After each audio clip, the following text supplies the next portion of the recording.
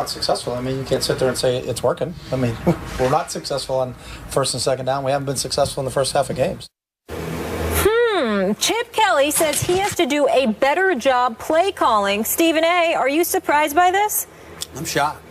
It's touching for him to finally admit that he's done something wrong. We all know what a genius Chip Kelly is, and far be it for him to admit that he's wrong about anything. He's not wrong about what he says. He's not wrong about what he does. He's not wrong about rules and regulations and stipulations that he implements for players to follow religiously, without fail, at his discretion.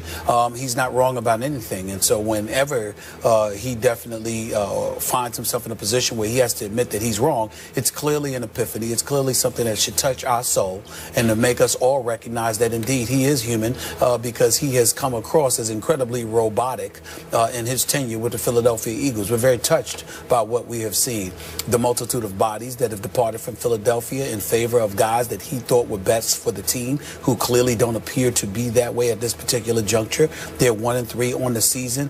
Their offense is not the greatest in the world. They're ranked like 20, something around like 25th in terms of their passing attack. They've got like the 25th ranked rushing. I'm sorry, they ranked 30th in rushing yards, because only Ryan Matthews is the only running back that appears to be able to run the football in Chip Kelly's system. From a receiver standpoint, of course, Jordan Matthews is in the second year. Riley Cooper, for some reason, is still on the roster. Nelson Aguilar is a rookie. All of those guys are individuals that Chip Kelly deemed were suitable replacements for the Deshaun Jacksons and Jeremy Maclins of the world. We ain't even getting into the offensive line. You've got a running game.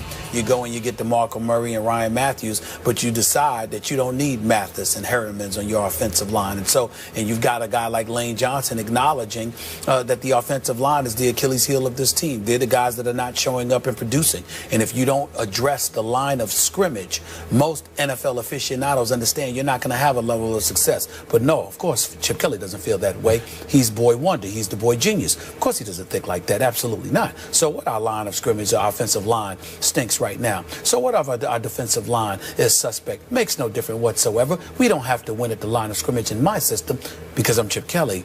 And so that's the Chip Kelly that we've known for quite some time. But nevertheless, we saw something new yesterday, albeit briefly. For a moment there was epiphany that indeed he was not perfect, that indeed he could be flawed, that indeed that there's something wrong with some of the things that he has done. And maybe, just maybe, modifications might be the order of the day. It was very touching for me to see, quite honestly, because it's something I never thought that I would see from the great champion known as Chip Kelly, who is still devoid of one. That is correct. I was going to ask you what exactly he has won, but the answer is nothing. It was called sarcasm, Skip. It's called sarcasm. Is your soul touched? Thank you. Yeah, my soul is touched by everything my friend Stephen A. Smith just said about his friend Chip Kelly. The operative word for me here is desperate. I believe that Chip Kelly is now so desperate that he didn't volunteer blame that he was going to take. He just accepted off a question. He accepted the blame. Well, that's a breakthrough. Wait, the smartest man in the room actually acknowledged publicly, yeah, I could do a better job of calling plays. Well, it's a breakthrough because this team is about to get broken. This team is 1-3, and if it fell to 1-4, you couldn't write them completely off. But I think psychologically they would be broken. That's my feel. And yet they have New Orleans at home. Crucial. It's almost make or break, even though we're still early in the year. But I believe what Chip did, as small a gesture as it actually was, but in the grand scheme of things, it was a big gesture. I think it will help his cause in his locker room. I think it will allow the players to sigh a little bit, be a little relieved that, my God, our coach actually took a modicum of blame for what has happened in here. Obviously, you can blame the quarterback. Sam Bradford looks shell-shocked to me. He looks like he's lost his nerve in the pocket. Go ahead. Skip, am I fair in saying that that's the first time I've ever recalled Chip Kelly shouldering any responsibility for what has happened with the Philadelphia Eagles? Breakthrough. With the Eagles, yes. Okay. I didn't follow him close enough at Oregon to know what he did, but they were always so good. I don't think he was ever required to shoulder much blame. But in this case, Listen, it's a talented football team. We saw some flashes from Sam Bradford, 2 bombs. Although what Chris Culliver was doing on those 2 plays for the Redskins, I have no idea. It looked like he lost touch with reality and just forgot he was actually in the football game. And amen to that. And said, wait a second. Oh, my guy just caught a touchdown pass. It's not like he spaced out. I don't know what he was doing. But those were 2 impressive bombs that Sam Bradford actually threw. He can throw it when you protect him and he doesn't flinch in the pocket. But it's still a talented football team, and I still think they can beat the Saints. And then they have 3 straight big primetime games. They got Monday night against your New York Football Giants at home. Then they go to Carolina on a Sunday night and go to Dallas on a Sunday night.